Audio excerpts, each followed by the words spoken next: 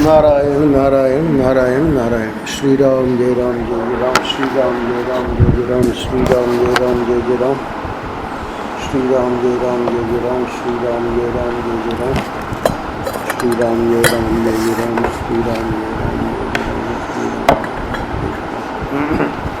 श्री राम जय राम श्री राम जय राम जय राम। श्री राम जय राम जय राम। श्री राम जय राम जय राम। श्री राम जय राम जय राम। 13 जुलाई आनंद रस रत्नाकर। आज का पृष्ठ है रास पंचाध्यायी से 130, 131, 132, 133। तो परम पूज्य महाराज श्री मिथिलेश बता रही थी कि रास पंचाध्यायी के जो सीडी बनी है इतनी उसमें स्पष्टता नहीं है, देखेंगे, क्योंकि कैसेट तो बहुत ही स्पष्ट था। कैसेट तो हमने सुना स्वयं, बहुत ही स्पष्ट था। सीडी में क्यों नहीं स्पष्टता है, जबकि होना तो बढ़िया चाहिए। पहले की अब उन्होंने फिल्टर करके और ठीक करी होगी। तो ये रास पंचाध्यायी जो महाराज श्री का प्रवचन हुआ है वो पुस्तक रूप में छप गई है और हमने एक अपना संस्मरण सुनाया था, वो इस कथा को लेकर नहीं है। महाराज श्री की जो सप्ताह कथा, पाक्षिक कथा, यानी 15 दिन में कथा की महाराज श्री ने, जिसकी वीडियो बनी, तो वहाँ पर जब वो रास पंचाध्यायी का प्रसंग चल रहा था तब महाराज श्री ने रास का जो वर्णन किया, और जिस दिन वो शाम को कथा हुई महाराज श्री की रास को लेकर ही, तो बड़ा सुनने में यानी बड़ा आनंद आया। और हमने फिर बाद में कथा के बाद में महाराज श्री को कहा कि महाराज श्री आज की कथा मतलब ये जो वर्णन है वो अलौकिक, जो हमारा भाव था वो हमने प्रकट किया। महाराज श्री बोले कि देखो अलौकिक तो हम और तुम भी हैं, पर तुम मानो तब ना। तो वो इसलिए हमको याद आया कि वो रास पंचाध्यायी के प्रसंग में ही ये संस्मरण महाराज श्री का मतलब ऐसा वो बना प्रसंग। तो कहने का अर्थ यह है कि यहाँ पर भी आज देखेंगे आप, एक बार स्वामी श्री कृष्ण की मुरली का सामर्थ्य, आज का शीर्षक है आज के पृष्ठ का। तो महाराज श्री कह रहे हैं कि एक बार स्वामी रामतीर्थ जी मथुरा में आए, तो रात्रि में शहर में उनके प्रवचन की व्यवस्था की गई। स्वामी रामतीर्थ जी, हमको लगता है कि बहुत कम ऐसे वेदांती हैं जो कि इतना भावुक हृदय, यानी रामतीर्थ जी का तो पराकाष्ठा का भावुक हृदय था, विह्वल होकर रो पड़ते थे वो। वेदांती बहुत कम ऐसे वेदांती हैं। परम पूज्य महाराज श्री भी अपने को दार्शनिक कहते थे। अद्वैत वेदांत के उनसे बढ़कर कोई इधर दृष्टि में नहीं है। इतना अच्छा वेदांत का वर्णन किसी ने किया हो अद्वैत वेदांत का, पर उनके भाव की तो बहुत गहराई थी।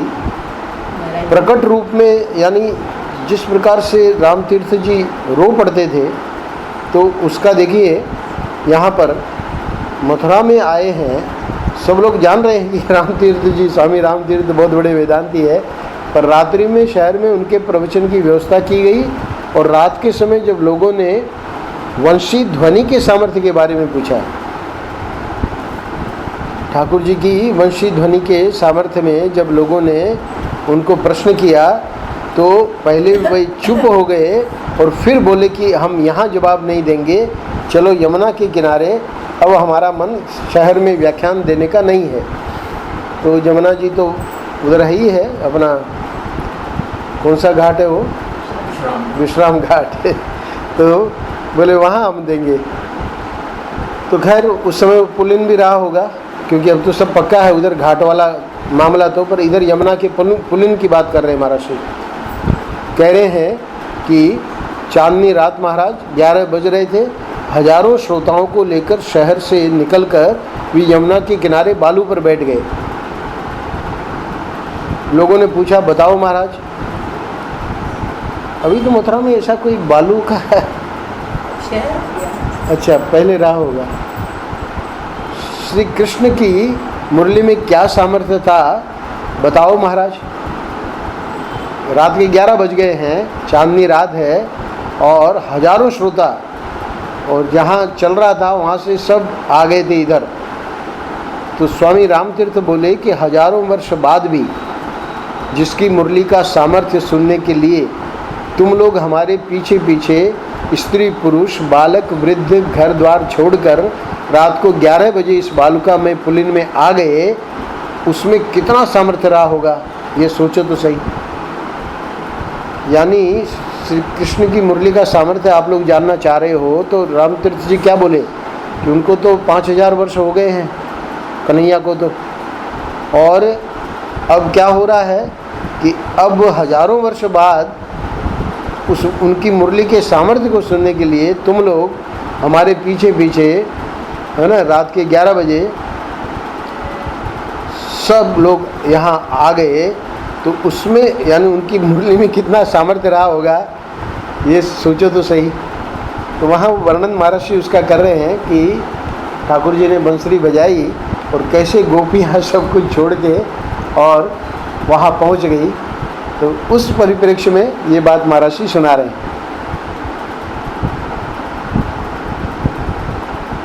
यहाँ सिर्फ ठाकुर जी की वंशी ध्वनि का सामर्थ्य की बात नहीं है। वंशी ध्वनि तो एक ब्याज है, ये पृष्ठ जो है आज का, यानी ठाकुर जी का जो सामर्थ्य है, इसको कहते हैं संस्कृत में उपलक्षण। उपलक्षण यानी एक बात हम बतावें तो उस बात के द्वारा आप उसमें उसकी गहराई में प्रवेश करें। तो ठाकुर जी के सामर्थ्य का महाराज श्री समझाना चाह रहे हैं कि कितना ज़बरदस्त उनका सामर्थ्य रहा होगा। और हम ये नहीं कहते हैं रहा होगा, कितना ज़बरदस्त सामर्थ्य है, क्योंकि ठाकुर जी भले भगवान कृष्ण के रूप में अवतार लेके 5000 वर्ष पहले आए, पर वो भगवान कृष्ण आज भी हैं। तो इसलिए वो सामर्थ्य उनका आज भी हम उसका अनुभव कर सकते हैं। ये यहाँ पृष्ठ का भाव है। तो सामर्थ्य क्या है? सामर्थ्य यही है कि अभी देखिए परम पूज्य महाराज श्री का हम लोग ये आनंद रस रत्नाकर यानी महाराज श्री की जो अमृतमयी वाणी जो है उसको पढ़ रहे हैं। महाराज श्री स्वयं जब श्री विग्रह में थे, यहाँ बहुत से लोग हैं जिन्होंने दर्शन किए, उनका प्यार पाया, उनका वात्सल्य पाया, पर आज 28 साल है ना होने जा रहे हैं, और वो देखिए उनका सामर्थ्य, उनका जो कहना चाहिए कि ऐश्वर्य इसको कहते हैं, ईश्वर का ऐश्वर्य, उस ऐश्वर्य में उनकी यश, उनकी श्री, उनका ज्ञान, उनका वैराग्य, है ना, सब चीज़ आती है। तो भग है ना, तो ये 6 भग गिनाए गए। भगवान, जैसे धन होता है तो उसको हम कहते हैं धनवान, धनी व्यक्ति को हम कहते हैं धनवान। क्यों? क्योंकि उसके पास धन है। तो भगवान में ये 6 भग हमेशा पूर्ण रूप से रहते हैं। तो ज्ञान भी पूर्ण उनके पास है, वैरागी भी उनके पास पूर्ण है, यश भी उनके पास पूर्ण है, श्री भी उनके पास पूर्ण है, बल भी उनके पास पूर्ण है ना। तो ये जो 6 भग हैं वो पूर्णता होने के कारण इनको भगवान कहते हैं। उनके जो भगवान के भक्त हैं उन भक्तों में भी तस्मिन् तज्जने भेदा भावात्, यानी जो नारद जी कहते हैं अपने नारद भक्ति दर्शन में कि भगवान और उनके भक्त में कोई अंतर नहीं, भेद का अभाव है, यानी जो भगवान है वही उनके भक्त हैं। तो परम पूज्य महाराज श्री हुए, उड़िया बाबा हुए, साईं हुए, ये सब जितने महापुरुष हुए हैं वो उसी स्थिति में हैं।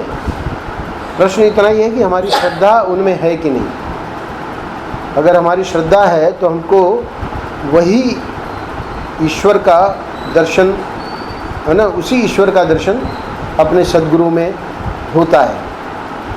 तो परम पूज्य महाराज यहाँ जो सामर्थ्य की बात कर रहे हैं, वहाँ पर आगे कह रहे हैं कि अपने बल से त्याग ये दूसरे साधनों में है, ईश्वर के बल से त्याग वैराग्य यह भक्ति मार्ग में है। श्री कृष्ण ने बांसुरी बजा बजा करके सबको अपनी ओर खींच लिया। अपने बल से त्याग ये दूसरे साधनों में है, प्रमाता का बल। वेदांत में माना है कि जो प्रमाता है वो तत्वमसी महावाक्य का विचार करता है ना। योग दर्शन में समाधि वगैरह वहाँ भी प्रमाता का बल है। अपने बल से त्याग ये दूसरे साधनों में है, ईश्वर के बल से त्याग वैराग्य यानी प्रमेय का बल। प्रमेय यानी ईश्वर, ईश्वर के बल से त्याग वैराग्य ये भक्ति के मार्ग में। श्री कृष्ण ने बांसुरी बजा बजा करके सबको अपनी ओर खींच लिया। तो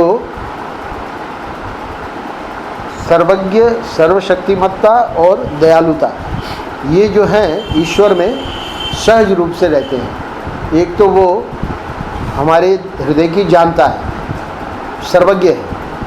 अच्छा, हृदय की तो जाने, पर अगर वो सर्वशक्तिमान न हो, है ना, जाने पर उससे फ़ायदा क्या हुआ? पर ऐसा नहीं है, वो जानता भी है और सर्वशक्तिमान होने के लिए वो हमारे कष्ट को दूर भी कर सकता है। अच्छा, कष्ट को दूर तो कर सके, सर्वशक्तिमान तो है, सर्वज्ञ भी है, पर अगर उसमें दयालुता नहीं है तब भी किसी काम का नहीं। तो महाराज जी कहते हैं कि वो सर्वज्ञ भी है, सर्वशक्तिमान भी है और दयालु भी है। तो इसलिए ये जो प्रमेय का बल है यानी भक्ति का ये महात्म्य है क्या कि ईश्वर के बल से त्याग वैराग्य ये भक्ति मार्ग में है। भक्ति मार्ग में त्याग वैराग्य जो है वो हमको करना नहीं है। आगे का वाक्य देखिए, श्री कृष्ण ने बांसुरी बजा बजा करके सबको अपनी ओर खींच लिया। त्याग वैराग्य गोपियों को करना नहीं पड़ा, ईश्वर के बल से वो त्याग वैराग्य उनका हो गया। कोई तो पति को परोस रही थी, कोई बच्चे को दूध पिला रही थी, है ना, कोई क्या कर रही थी, सब घर के कामकाज में लगी थी। उधर बांसुरी सुनी और सब दौड़ दौड़ के पहुंच गई, है ना। सब कुछ छोड़ छाड़ के जैसे थी वैसे ही धाई, जैसी थी वैसे ही दौड़ी। तो बड़ा विलक्षण है। उसी का प्रसंग का महर्षि वहाँ चित्रण कर रहे हैं रास पंचाध्याय में। चूँकि 4 पृष्ठों का एक पृष्ठ बनाया है इसलिए यहाँ संक्षेप है। व्रज स्त्रिय है कृष्ण गृहीत मानसा। अगले पैराग्राफ में आप देखिए, व्रज स्त्री कोई साधारण गोपी नहीं। क्यों?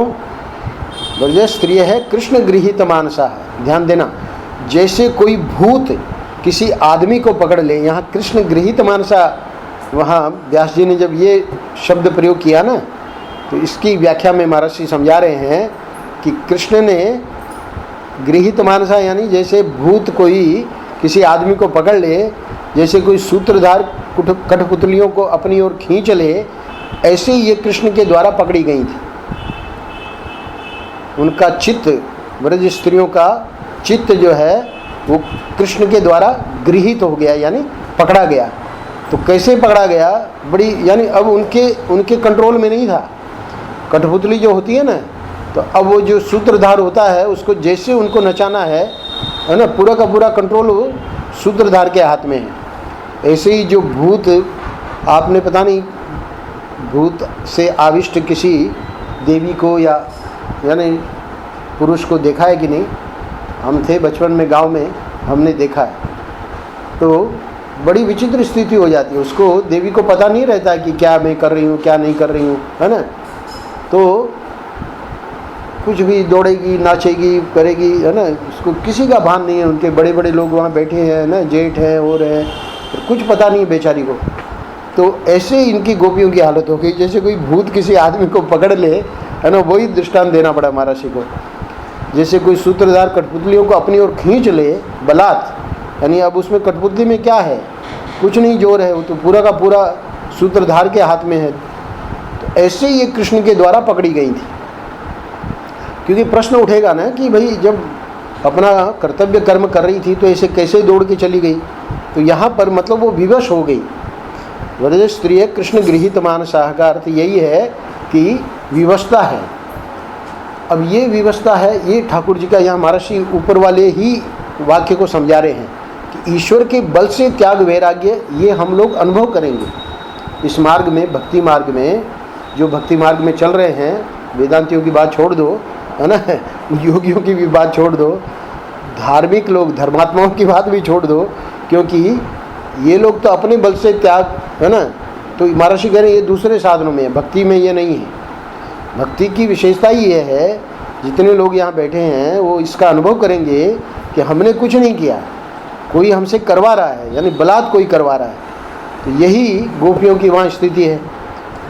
अच्छा, अब आगे देखिए, आगे परम पूज्य महाराज जी सुना रहे हैं आखिरी 2 पैराग्राफ में, श्री कृष्ण ने किसी का कंगन नहीं उतारा, किसी का हार नहीं उतारा, कड़ा नहीं उतारा, करधनी नहीं उतारी, किसी का नूपुर या कुंडल नहीं उतारा। ये तो मामूली कीमत की चीज़ें हैं। चाहते तो, क्योंकि अब वो जो पूरी वश में है ना, तो वो चाहते तो कुछ भी उतार सकते थे, पर कृष्ण ने ये क्यों नहीं उतारा? उनको तो उतार लेना चाहिए था। महाराज जी कह रहे हैं उसमें कोई कीमत ही नहीं है। ये जो महाराज जी सुना रहे हैं क्या, हार, कड़ा, कंगन, करधनी, नूपुर, कुंडल, बोले ये तो मामूली कीमत की चीज़ें हैं। तो इसका मतलब कृष्ण ने कोई उससे भी बहुमूल्य चीज़ उनकी व्रज स्त्रियों की ले ली। बोले हाँ, जो सबसे कीमती वह है जो दिल के संदूक में रहता है, अर्थात कलेजे में बंद रहता है, उसको शब्द से चुरा लिया है। हाथ नहीं लगाया, शब्द से यानी वंशी की ध्वनि से हाथ नहीं लगाया, वंशी ध्वनि का यह एक महाचोर निकला। तो अब यहाँ इस पैराग्राफ में महर्षि कहना क्या चाह रहे हैं कि ये जो ठाकुर जी के जो महिमा है, मैंने बताया ना, इससे उपलक्षण लेना। उपलक्षण यानी आज के पृष्ठ में सिर्फ वंशी ध्वनि की महिमा का महर्षि नहीं वर्णन कर रहे हैं, वंशी ध्वनि का तो वर्णन कर ही रहे हैं, पर उसके ब्याज से ये बता रहे हैं कि ठाकुर जी का सामर्थ्य कितना ज़बरदस्त है। वो हम लोगों की कोई कीमती चीज़ को, मतलब जिसको हम कीमती समझ रहे हैं संसार से संबंधित, उसको वो नहीं लेंगे। वो क्या ले लेंगे? वो हमको ही ले लेंगे। जो सबसे कीमती वह जो दिल के संदूक में रहता है। तो आप तो कहते हैं कि भगवान ने, आप समझेंगे कि दिल अथवा हृदय तो लिया होगा ना, तो दिल के संदूक में कौन रहता है? दिल के संदूक में ये जो मैं करके हम बोलते हैं ना अपने को, ये जो जीव है वो जीव ही असली स्वरूप है। तो उसको अगर ठाकुर जी ले लें, है ना, तो यहाँ ये अहंकार हमारा जो है ना, अहंकार जीव के रूप में प्रकट होता है, अभिव्यक्त होता है। अपना जो बोलचाल की भाषा में हमारा जो व्यवहार है, तो दिल तो हम पहले से ही दिए हुए बैठे हैं, है ना। संसार में अपने जो संबंधी हैं, अपने पुत्र हैं, पति पत्नी को, पत्नी पति को, अथवा जिससे भी प्रेम है व्यक्ति का, उसको हम दिल दिए हुए बैठे हैं। पर उस दिल में भी, यहाँ महाराज उस दिल की बात नहीं कर रहे हैं, उस दिल में भी जो मैं बैठा है, क्योंकि परम प्रेमास्पद तो वो है। क्या होता है कि जैसे इसको कहते हैं गौण, वेदांत का थोड़ा सा मैं आज वो ले रहा हूँ सहारा भक्ति में। इसको कहते हैं, एक तो होता है मुख्य अहम, मुख्य आत्मा, एक होता है मिथ्या आत्मा और एक होता है गौण आत्मा। मुख्य आत्मा जो है उसका तो वेदांत में बहुत विस्तार से वर्णन है, उस विषय में हम नहीं जाएंगे। मिथ्या आत्मा कहते हैं अपने स्वयं के लिए, और वेदांत में जो दूसरों से जो प्रेम है हमारा, है ना, और इतना तादाद में है कि उसको कुछ हो जाए तो जैसे मुझे ही कुछ हो गया, उसको कहते हैं गौण आत्मा। क्योंकि हमेशा ध्यान रखना, गौण आत्मा जो है, गौण आत्मा शब्द क्यों प्रयोग किया?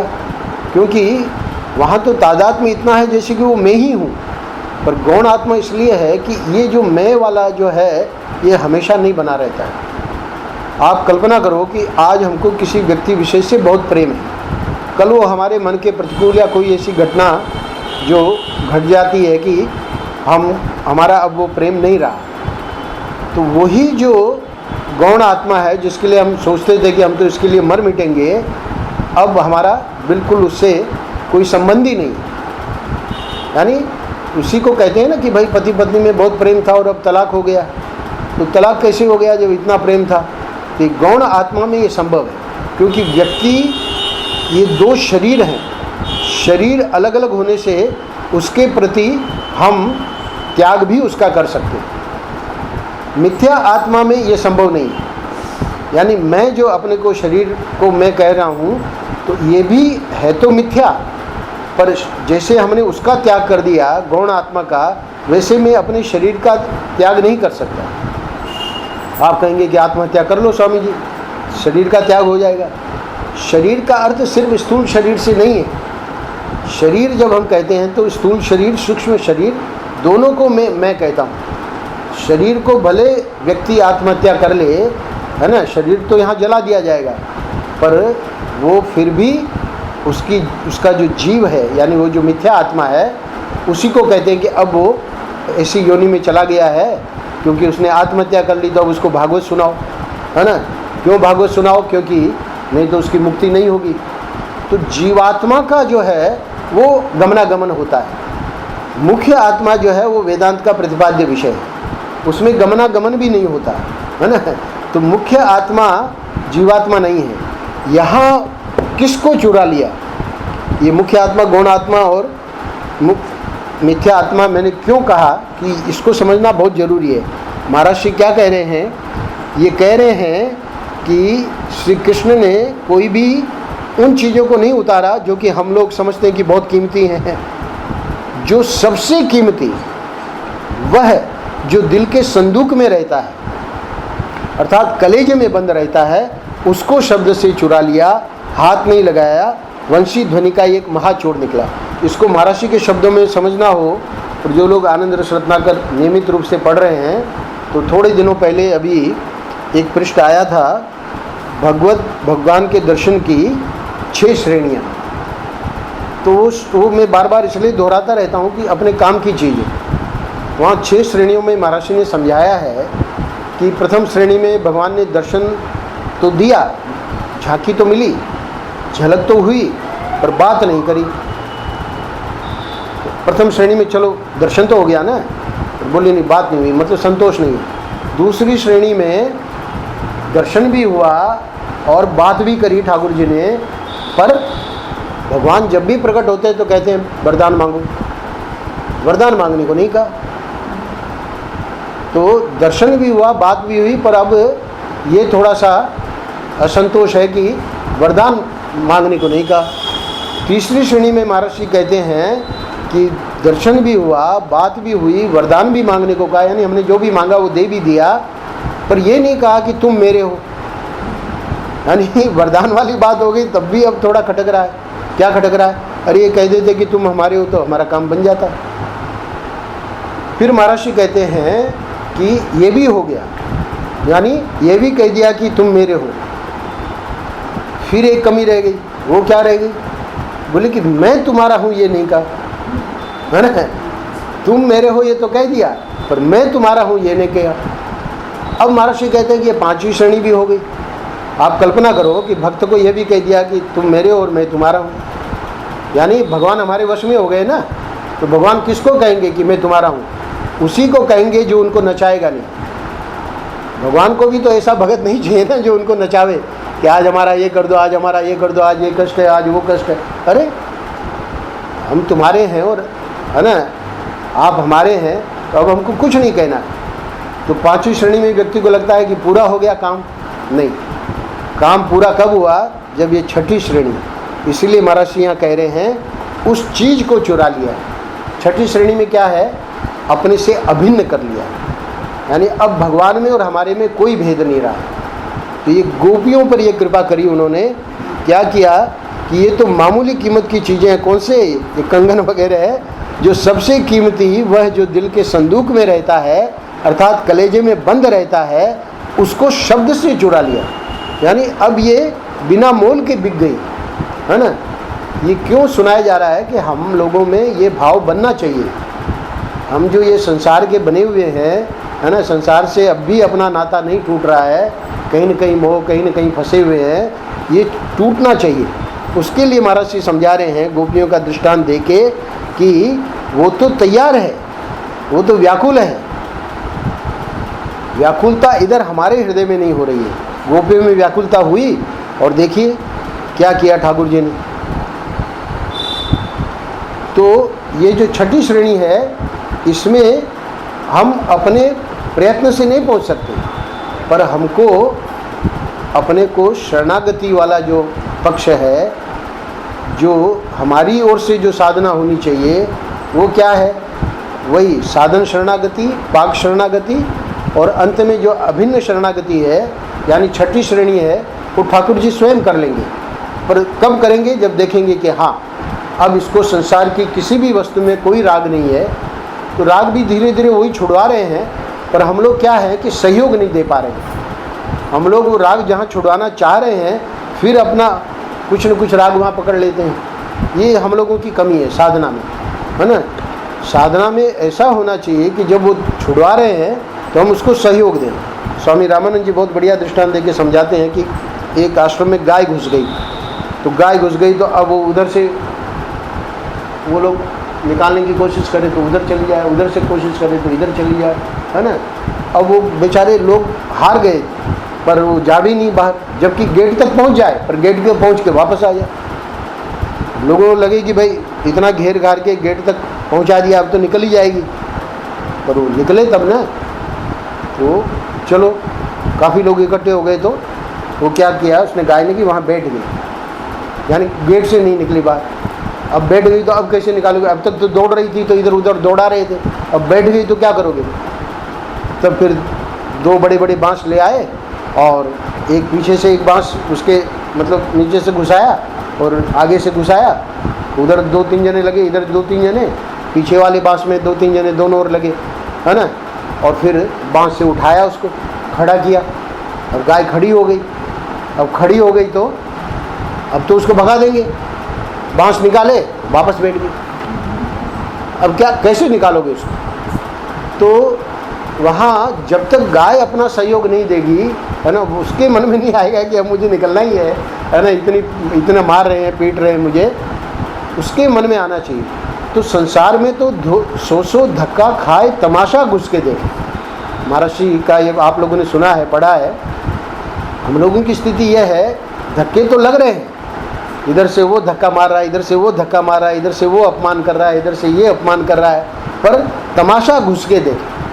और तमाशे का जो वो मन है कि भाई ये कैसे, ये तो छूटेगा नहीं। इसलिए महाराज जी को कहना पड़ा, अपने बल से त्याग ये दूसरे साधनों में ज़रूर है, पर ये जो हम लोग जो त्याग करके यहाँ बैठे हैं, तो वो तो भक्ति मार्ग में ईश्वर का बल ही है।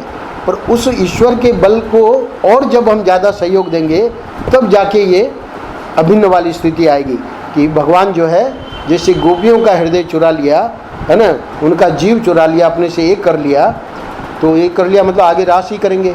वहाँ भी उन्होंने थोड़ा बहुत मामूली सा जो था अहम आया, उसको भी मिटा दिया, है ना।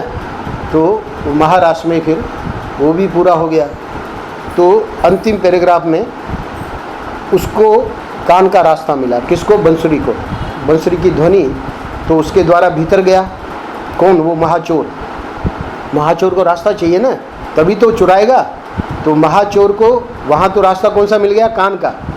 हम लोग क्या है, कान के रास्ते में दुनिया भर की संसार की कथाएं सुनते हैं, तो वो कान का रास्ता भी हमारा बंद है। आप लोगों का नहीं, सामान्य लोगों का। तो सामान्य लोगों का जब कान का रास्ता बंद है, तो महाचोर घुसे कहाँ से, है ना। यहाँ बैठे हैं, उनके लिए हम ये कैसे कहें कि भाई उनका कान का रास्ता बंद है, क्योंकि सुनने ही तो आए हैं। तो उसके द्वारा भीतर जाएगा ये महाचोर, है ना। वहाँ उनके मन रूपी धन को उसने चुराया। अब ये मन रूपी धन जब वो चुराता है ना महाचोर, और चुराकर वहाँ से भागा, तो जैसे चोर भागने लगे, तो घर के लोग जो जैसे वैसे ही चोर के पीछे दौड़ पड़ते हैं, किसी से सलाह करके नहीं दौड़ते हैं। तो जो जहाँ हो वहाँ से ही चोर के पीछे दौड़ता है कि माल छीन ले, माल छीन लो इससे, यानी माल उसके हाथ में है वो छीन लो, यानी हमारा माल है ना वो। तो ऐसे गोपियाँ निकल पड़ी जैसे कोई अपना चुराया हुआ माल छीनने के लिए जा रहा हो। तो महाचोर यानी वो वंशी ध्वनि घुस तो गई, और घुस के जैसे ही वो मन को चुराया, तो मन को जब भगवान ने चुराया तो गोपियाँ दौड़ी क्यों? गोपियाँ इसलिए दौड़ी, कह रही महाचोर जो है वो हमारा माल छीन के ले जा रहा है।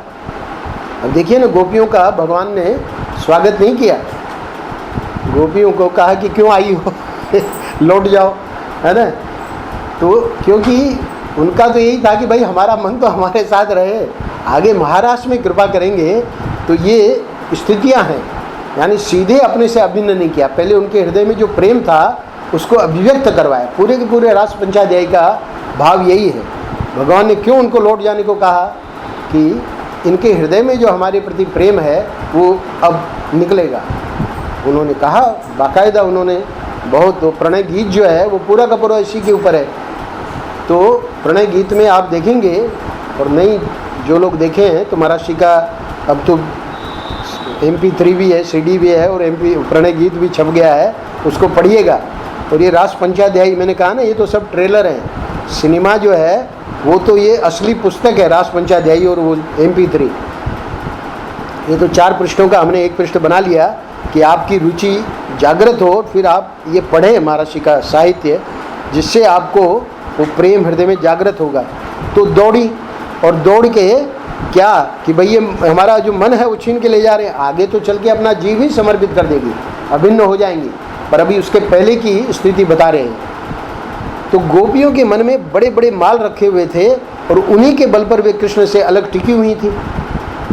क्या माल थे? धृति थी, स्मृति थी, विवेक था, लज्जा थी, भय था, बुद्धि थी। ये सब गोपियों के दिल में रहता था, ऐसा थोड़ी है कि वो निर्लज्ज थी। तो इसीलिए वो तो बेचारी टिकी हुई थी, है ना। ये सब नहीं होता माल तो कहाँ टिक सकती थी, है ना। तो पहले ही निर्लज्ज होके, अब देखिए, यानी ठाकुर जी मथुरा में थे और ये वृंदावन में थी, तो क्या उनको कौन सी रोक टोक थी? आराम से मथुरा जा सकती थी, है ना। करपात्री जी ने सुनाया कि एक बार गई भी, कहीं आया होगा वर्णन, तो गई तो क्योंकि लोगों ने कहा कि कोई ज़्यादा दूर तो है नहीं, तुम लोग यहीं रोती हो इतना विरह में, मथुरा जाके मिल लो उनसे। अब वहाँ महाराज चली तो गई, और गई तो फिर वहाँ उनको बताया गया कि कहाँ है भगवान कृष्ण। तो यहाँ तो कुछ उनका और ही रूप देखा था बंसरी, और कैसे गायों को चराते हैं और कैसे कैसे, है ना, रास करते हैं। और वहाँ तो महाराजा धीराज और, है ना, उधर बैठे थे ऊपर अपने द्वारकाधीश, इसलिए द्वारकाधीश का दर्शन करने जाते हैं, है ना, मथुरा में।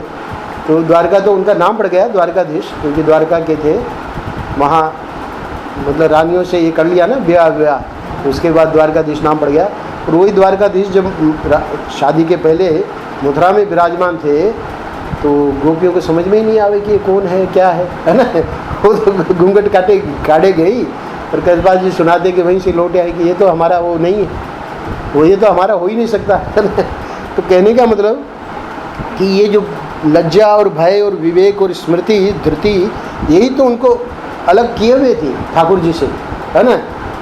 पर ये क्या किया ठाकुर जी ने कमाल, कि श्री कृष्ण ने उनके मन को खींच लिया, यानी मन को जब खींचा तो मन के अंदर ये जितनी माल था वो सब भी कृष्ण के पास आ गया।